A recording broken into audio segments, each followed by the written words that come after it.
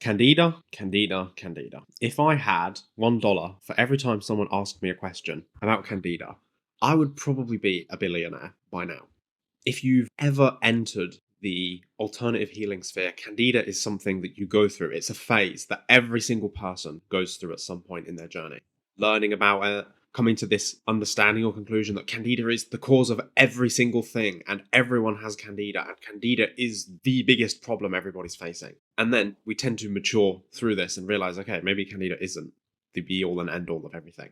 But in today's video, I want to walk you through everything I know about Candida, how I would approach it, what is the cause and why does it happen, and maybe the biggest question of all, is it really the bad guy? So let's get started and let's take a look. So first of all, what is Candida? Candida is a type of yeast, and in certain individuals, it can have a pathogenic or dysbiotic effect. But what's really important to understand is every single person has Candida. Candida is a normal part of a healthy gut flora, and there are actually several very important functions that Candida does for us. And if we take a look at what these functions are, it's going to provide a lot of insight into Candida overgrowth, and it's going to help you understand why some people, maybe you, are dealing with Candida overgrowth. So one of the first and most interesting things that Candida does, that it excels at, that is exceptionally good at, is it can bioaccumulate mercury. So almost always when I'm looking at somebody that has had amalgam fillings in their mouth, this is the most common source of mercury for the largest quantity of people that I tend to be working with. Now, it is possible to get mercury from other sources. You can get it from the work environment. You can get it from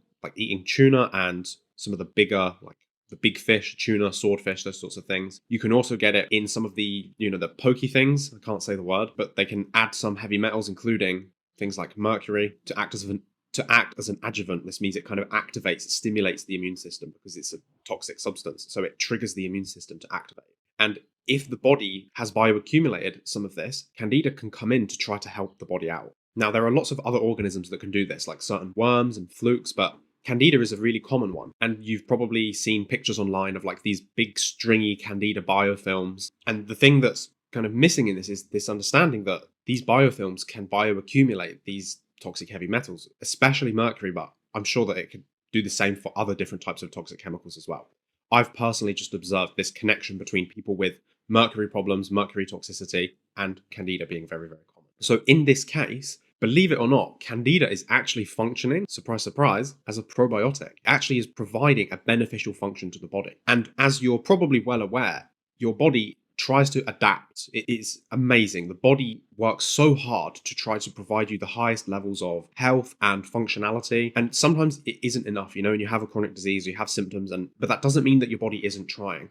And one of the things that the body can do is it can employ Candida to help it deal with toxicity, especially heavy metals, especially mercury. I bet you'd never thought that you'd hear somebody say that, but yes, Candida can have a probiotic function. So the thing is, if you kill Candida in a context like this, yes, the Candida-associated symptoms, whatever they are for you, and they can be many, they can contribute to histamine intolerance. They can give you skin problems. You can get like fungal problems in your toes, in your toenails. You can see the biofilms and the stuff in your gut, in your stool. They can cause bloating and gas. Lots and lots of different symptoms can be associated with Candida. But this is kind of like a lesser evil. This is an adaptive response. And yes, you kill the Candida, all of these symptoms go away. But then what happens is we have mercury, or another type of heavy metal, that is now floating around inside of your body. And there's no way for it to come out. The body was using Candida kind of like a contractor, like an external support to help it start to bioaccumulate and remove inside itself and in the biofilms. And now this isn't happening. So instead, this mercury is going to stay in your body. It's going to float around.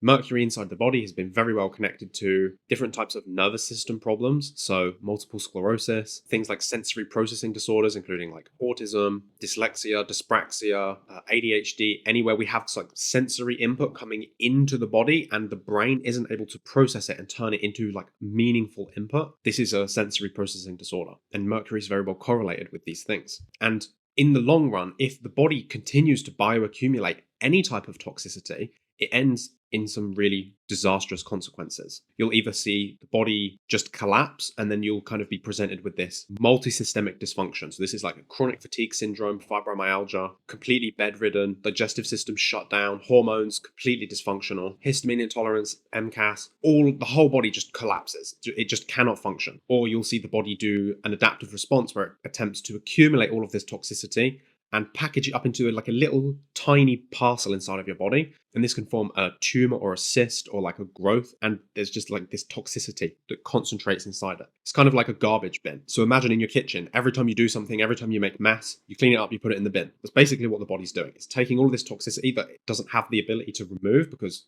Candida was helping us remove it, and now it's gone. So it has to package it up and store it somewhere. And instead of putting it in all of the nervous system tissues and all of these other places, it can try to put it in a little tumor. And obviously, that's not good. So it's really important to understand that when we're looking at Candida, yes, the symptoms of having Candida overgrowth, are uncomfortable and they're not pleasant, and they are indicating that there's a problem. But simply killing the Candida shows a lack of understanding of what Candida is actually doing in the body. Now, there's another very common situation where I see Candida being a problem for people. So this happens in individuals that have problems regulating their blood sugars. So this is a really easy thing to test. You can literally buy a continual glucose monitor, stick it on back of your arm, very easy to do, and you can watch your blood sugar levels. Now, the thing is, Candida can actually move from the gut or from wherever it is into the blood. And you've probably seen this like spirochete little like tube form that the Candida can turn into, and it can enter into the body. And everyone knows that Candida loves sugar. Candida loves to eat refined carbohydrates, refined sugar, really loves to eat these things. So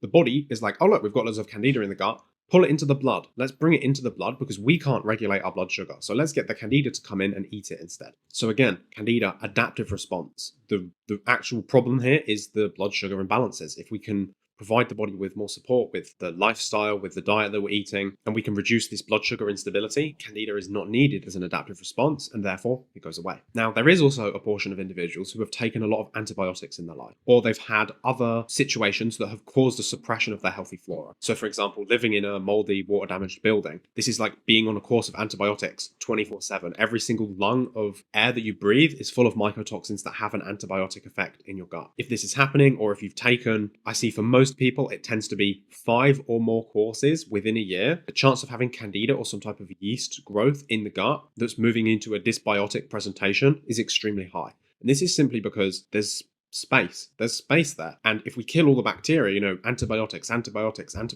we keep removing the natural flora. All of our protective organisms, our lactobacillus, our bifidobacterium, our akkermansia, our faecalibacterium. If we keep killing all of these organisms and chopping them down, there's just space in the gut, and something has to grow there. Your gut is like the most fertile terrain on earth. It's warm, it's wet. Like, we're humans, we have access to food all the time. There is no famine really anymore. So there's always resources just being pumped into the human digestive system. It is the best real estate on planet Earth for microbes to live in. So if you kill off all the good guys, you take multiple antibiotics, something's going to want to live there. And antibiotics have an affinity for killing bacteria. So what tends to happen is the yeast will grow instead. So in this case, again, if you kill the yeast, that's not the solution. The solution is we need to put the correct organisms back in the gut. I mentioned these 4 groups of organisms earlier: the lactobacillus, bifidobacterium, the akkermansia, and the faecalibacterium. The reason that I mentioned these 4 is these are the 4 most common organisms that I see out of balance in people's stool tests. And if they have any kind of dysbiosis presentation whatsoever, be this SIBO, be this SIFO, Candida, anything, almost always one of these 4 organisms is missing or is low. And that's because these 4 organisms have a hugely influential role on the rest of the composition of the microbiome. Even though they only take a very small amount of your total gut flora, it's something like between 5 and 10%. It's really not the majority of your gut, but they have a very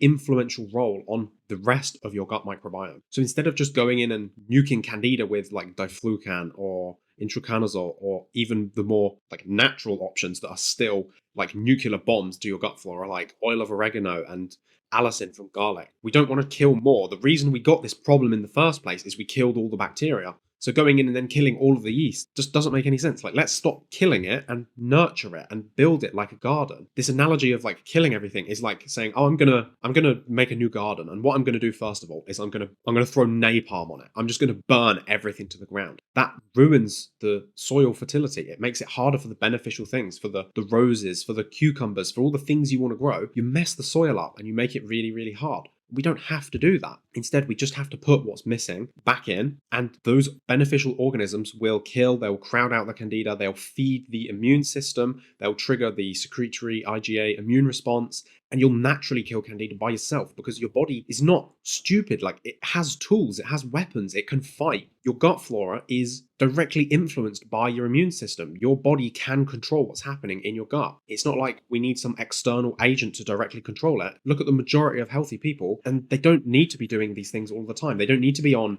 antimicrobials because the host immune system holds everything in a good balance as it works alongside all of these beneficial organisms. So, what do I think about the Candida diet? Is this something that's worth doing? Well, I would say, first of all, the majority of the Candida diet is just remove refined processed carbohydrates. Generally speaking, that's good. Not because refined carbohydrates are bad, but because they're not very high in nutrient density. Things like refined wheat and sugar products, not only do they not provide many nutrients, but they actually require a lot of nutrients to be digested, metabolized, and used as fuel. So yes, I would suggest avoiding these things, or at least reducing them until the Candida levels are slightly lower and your nutritional levels are higher. That's really the most important thing. I lived in mold for a really long period of time. I took a lot of antibiotics. I took antibiotics in mold. Like, that is the absolute worst thing you could do to predispose your body to yeast growth. But now I can eat rice, I can eat pasta, I can eat pizza. I can literally just eat straight up sugar and I don't have any problems with it. I don't, because I personally don't really have much of a sweet tooth. So I'm kind of blessed in that regard. But I could literally go out and eat like 6 donuts now.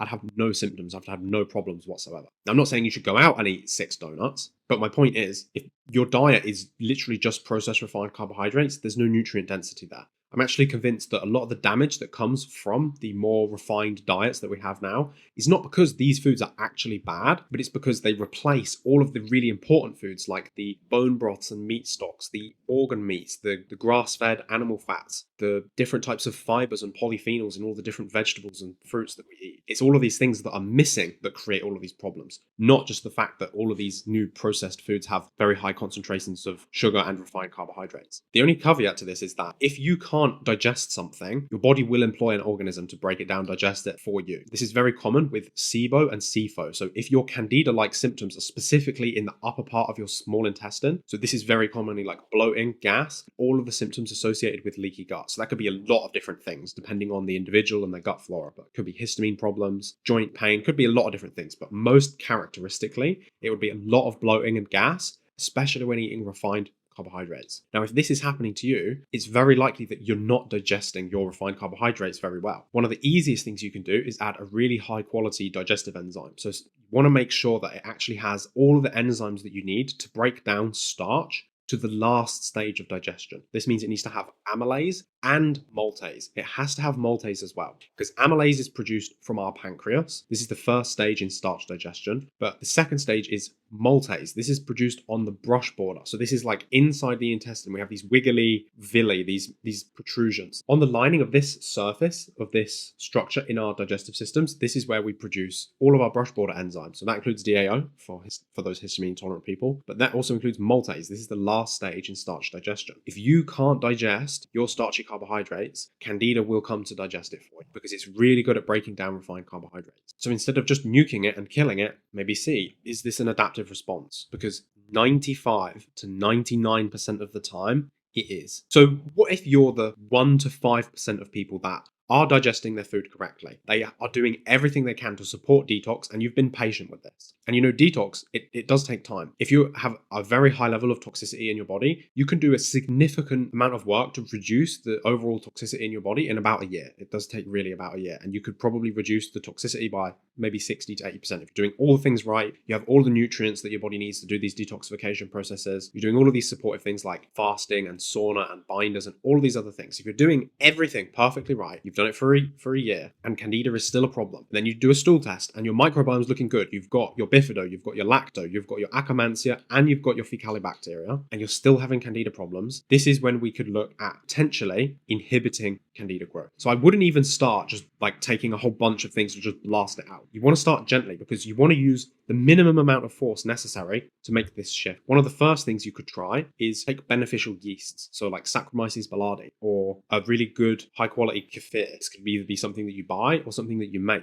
This has beneficial yeasts in, and beneficial yeasts are extremely antagonistic to organisms like Candida and these other potentially pathogenic or dysbiotic yeasts. Then we could look at using some mild antifungal agents. One of my favorites for this is the SF722 by Thorne. This is undesalinic acid. So this is an extract from castor beans. So if you've ever used castor oil, either like as a laxative or you've done like castor oil packs on your liver, this is a compound that is extracted from castor bean oil, and it is extremely antifungal, but specifically for pathogenic and dysbiotic yeasts. It doesn't have much of an impact on your beneficial flora, so it's generally much more safe than taking something like oil of oregano. But still, I really have to emphasize that if Candida is in your body as an adaptive response and you kill it, you're not only not going to feel better, you're actually going to create a bigger problem for yourself in the long run. So this is why I'm giving you this information at the end of the video, because there is a very small subset of people that are ready for this. But probably, statistically, it's not you. You probably need to do the other things, the detox, the working on the beneficial flora that's missing, the blood sugar regulation stuff. You have to make sure you do all of these things first. If you don't, treating your Candida with an antimicrobial is not only not going to work, it's actually going to create more problems for you in the long run. I remember when I went after my Candida with a bunch of antimicrobials and I was tackling my SIBO with a bunch of antibiotics and antimicrobials as well, I was still exposed to mold. My detox was completely shut down. I wasn't methylating well. My gut flora was completely imbalanced. I had all of these problems and I jumped to the killing. And this is what made my health situation go from bad to just an absolute shitstorm. It was just terrible. It couldn't have been worse than it was. I went from being like semi-functional with like some mild histamine intolerance, some fairly severe constipation, like one bowel movement every 3 or 5 days, and kind of struggling to function. At this time I kind of stopped going to school. Like I had to stop studying. I couldn't focus. Like I was really struggling. I took the antimicrobials, the antibiotics. I tried to kill the Candida, the SIBO, and this is just where everything fell apart. I developed chronic fatigue syndrome. I was bedbound. I was stuck in bed 23 and a half hours a day. I was basically rendered blind. I developed full-blown histamine intolerance and mast cell activation syndrome. I had to shrink my diet down to 5 foods, and it took me years to recover because I didn't know what I was doing. I kind of figured this out as I was going. This is why my videos are so good, because I did every single thing wrong in the healing process. I did it all wrong so that I can share with you how wrong I did it, so you don't have to do it wrong. You can do it right. You can skip the 5 years of healing that it took me to figure out all of this stuff. You don't have to do it the hard way. I did it the hard way for you. So I'm giving you the easy way now. Don't jump into killing the thing at the end. If it is necessary to kill, something like SF722, undesalinic acid, I believe this is by Thorne. This is a really nice option because it's not broad spectrum. It's not like oil of oregano or garlic. But probably you're not the 1 to 5% that needs to do the killing. You're in the 95% of people that have one of these other issues going wrong. So as I said, I did everything wrong so that you don't have to. I really like to share my knowledge, but sometimes having a little bit more of a personalized approach is really helpful. I do offer consultations. If you are interested in getting my help in resolving your Candida issue or anything that could be connected to it. My expertise is really in things like generalized gut dysbiosis conditions, so SIBO, SIFO, anything like digestive or intestinal, and anything that connects to. And I know that could be a lot of things. There are a lot of autoimmune conditions that can be connected to the gut, Hashimoto's, different types of like autoimmune arthritis, skin problems are really, really common if you have gut issues. If you have any of these problems and you want me to personally take a look and help you figure out what your 3 actionable steps are so that you can start progressing and moving forward in your journey to healing, please do feel free to shoot me an email, support@williamdickinson.co.uk, and I'll get back to you and we can arrange a consultation. Because like I said, I literally spent years figuring this out, and now I frequently talk with people, and you will be amazed at the transformation that happens in people's health when they're doing the right things consistently, just for as little as like 8 to 12 weeks. Completely changes people's lives. I had one lady that I've been working with, and literally in the last 8 weeks, she's increased her food diversity from 3 foods to over 30 in just 8 weeks. This is the power of doing the right things. So if you want me to help you figure out what the right things are, shoot me an email. Again, support@williamdickinson.co.uk, and I'll be more than happy to help you figure this out. So wherever you're at in your healing journey, I just really want you to know healing is possible.